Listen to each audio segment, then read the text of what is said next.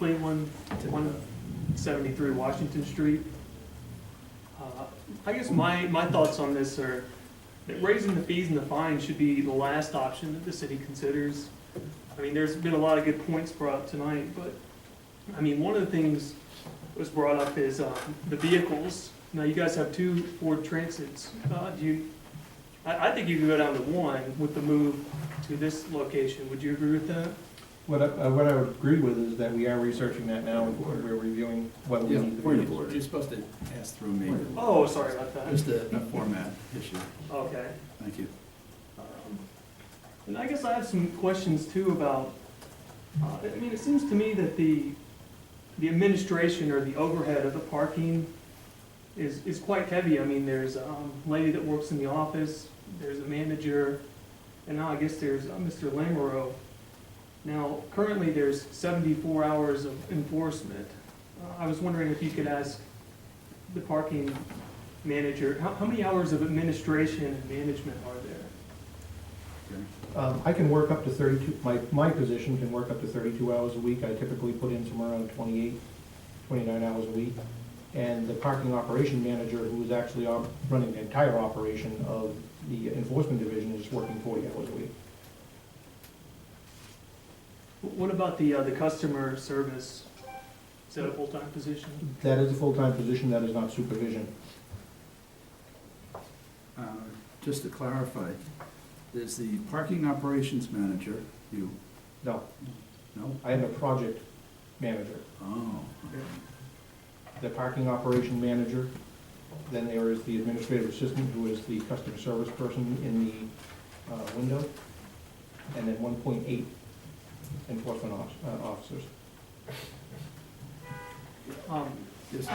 Could we ask Mr. Lamoureux, what exactly does the parking operations manager do? Like, what is a typical day or week? What are they doing?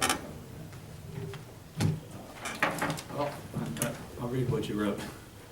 Parking operations manager is a full-time position that oversees the day-to-day operations of the enforcement division, responsible for the personnel, statistical information, changes to operations, requests for changes in parking, and assist with concerns from the community. I mean, I guess my question, and obviously everything's being looked at, is can the parking department, does it need an in-house supervisor? Or could it be lumped under, let's say, the police department? Like, I'm not sure how much managing or supervision there needs to be. Another question I had is, the parking, it was said the parking only pays for a portion of the downtown maintenance. Do we know what, like, how much a percent that is? I don't have the percentage, it's a minimal percentage, but I don't have that percentage right now. I can get that for you. We have the actual figures in the budget, but I don't know what that is for percentage-wise. How much you make of that, I don't believe we have that. How the cost is allocated is we have a downtown, in Public Works, we have a downtown maintenance cost center. And the parking fund pays for 50% of that cost.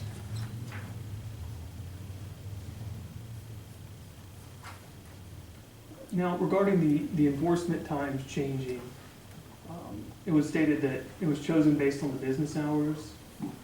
And there was a comment made that maybe at 8 a.m. someone's just stopping in for a coffee.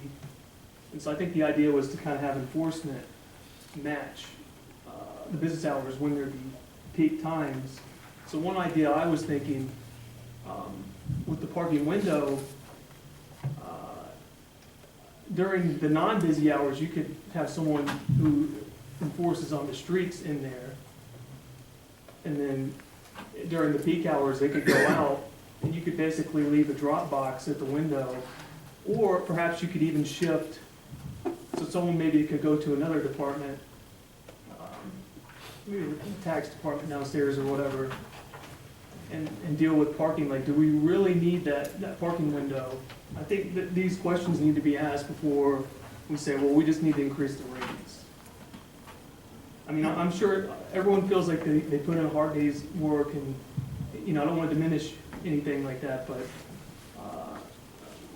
when you are facing increasing cost and a reduction or stagnant revenues, you have to look at ways to minimize your cost, your expenses. Now, one thing I was thinking too, if the enforcement hours should match enforcement hours, if we're gonna have that theory, I think most people at 6:50 who head into town, I mean, how much shopping are they really coming to do?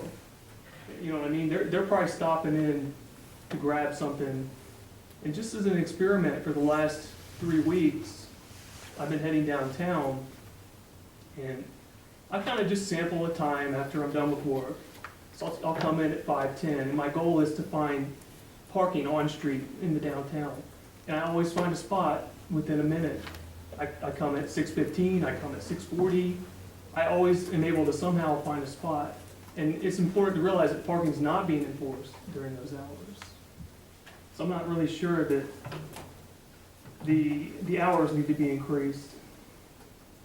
I had a question too, maybe, so it was stated that the percentage for the maintenance is kind of based on the parking, like how much space it's taking up, I guess square footage or however they figure it, I'm not sure, but, so if meters are added, does that percentage increase? I didn't, Like I for didn't talk about example, adding meters. well, there's meters added to Marriott, right east of the Marriott Hotel. There are some meters added in the Gilboa area.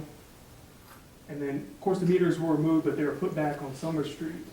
I think they were there before, I'm not entirely sure, but, I mean, it seems like to me there's more and more meters being added. So I'm just curious if that's gonna hit the parking fund eventually. Any thoughts? Usually what happens during construction portions, which I believe was Railroad Street was one of them, when they redesign that area, they will add as many parking spaces in as they can. However, if you look at some of the other areas in construction, such as Middle Street and so on, we've had to remove some, so it's still balancing out the same amount of meters that we have. Even though it looks like we've added some in some areas, we've decreased in others. I guess my final thoughts here, it was mentioned that the parking for the city employees is not seen as a perk, but, I mean, what if we changed it where other employers could get this option? So maybe you reserve them a spot for their downtown employees in Gilboa or wherever, and then it'd be, and that would meet a couple goals. Number one, people who work downtown, you know, I think it was mentioned by Mr. Duffy that these folks generally don't make a lot of money, so if their employers could pick it up for cheaper, it'd almost be like health insurance. You know, if you try to buy it yourself, it's really expensive, but if your employers can get it for a discount, that's like a nice little thing. And it'd meet the goal of managing parking better, because now the employees aren't incentivized to park in front of the business. If they get a free option, it would push them further out. And then, I guess the last thing, like in support of the businesses, I think that another interesting proposal would be, let's say someone is issued a ticket. It'd be interesting if they had the option to, let's say, send in a $10 receipt or some amount from a downtown business, which would help the businesses with their ticket, and the ticket would be waived.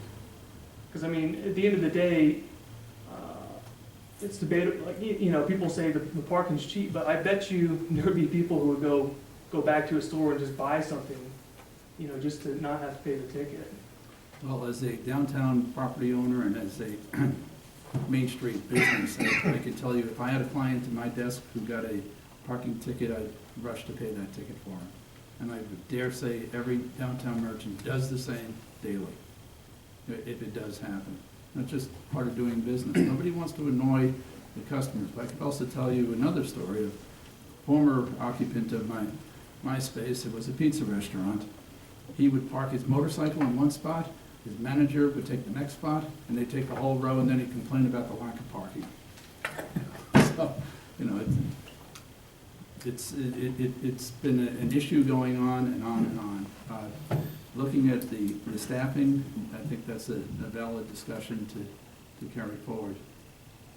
All right, thank you for your time. Thank you. Yeah, Chris. One of the things that was talked about is the parking operation manager. If we move the parking operation manager out of parking and into the police, wouldn't that mean that the police would still bill up the parking for the amount of time the police officer or someone on the police payroll is doing parking? That's correct, that's the way it currently was set up, that when it fell under the police department, there was a supervisor that actually was billed to parking division. Good, thank you. And they make a lot more money. The police Me. department. Yeah. Yeah, please. I don't know what you make. I'm sorry, it's the police department. Just, Gary, would you clarify, because several numbers have been discussed here. Sure. Parking enforcement officers, is 2.8 equivalent, right? One Correct. full-time and 2 part-time at 34. It is budgeted at that way at this point. We currently have 1.8 on the Yeah, street. so it's 2.8. 2.8. Authorized. Correct. Thank you. Yes, ma'am. Shall I state my name again? Yep. Peggy Schaffner, Swansea.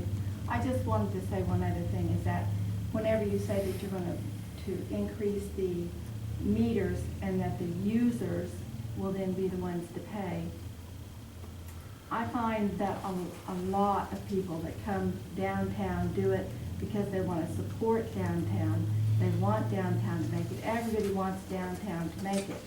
And so they come out of their way, they, it takes them longer to get there. And so now, for their effort in supporting downtown, it's almost as if it's a punishment, in my opinion. So. Thank you. Hopefully that's, Can I respond real quick? yeah. To Mr. Roberts' point, I think one thing to keep in mind, the parking operations manager, they're only managing 3 people right now, and then 4 if we have another person. And on a daily basis, not even all of them are working. So how much supervision are we really talking about here? I mean, if you go down to any business, you go down to a kitchen, they're probably gonna be managing a lot more, directly supervising. So I'm not sure if it was managed under another department, they're almost autonomous now, I'd argue. How much supervision is really being done here? Thank you. So as to enable moving on to the main event of the revenue. Can we talk about the actual rates and charts A, B, C The what? that we have here? He's referencing the next memo, Chair. It's the next one. Oh,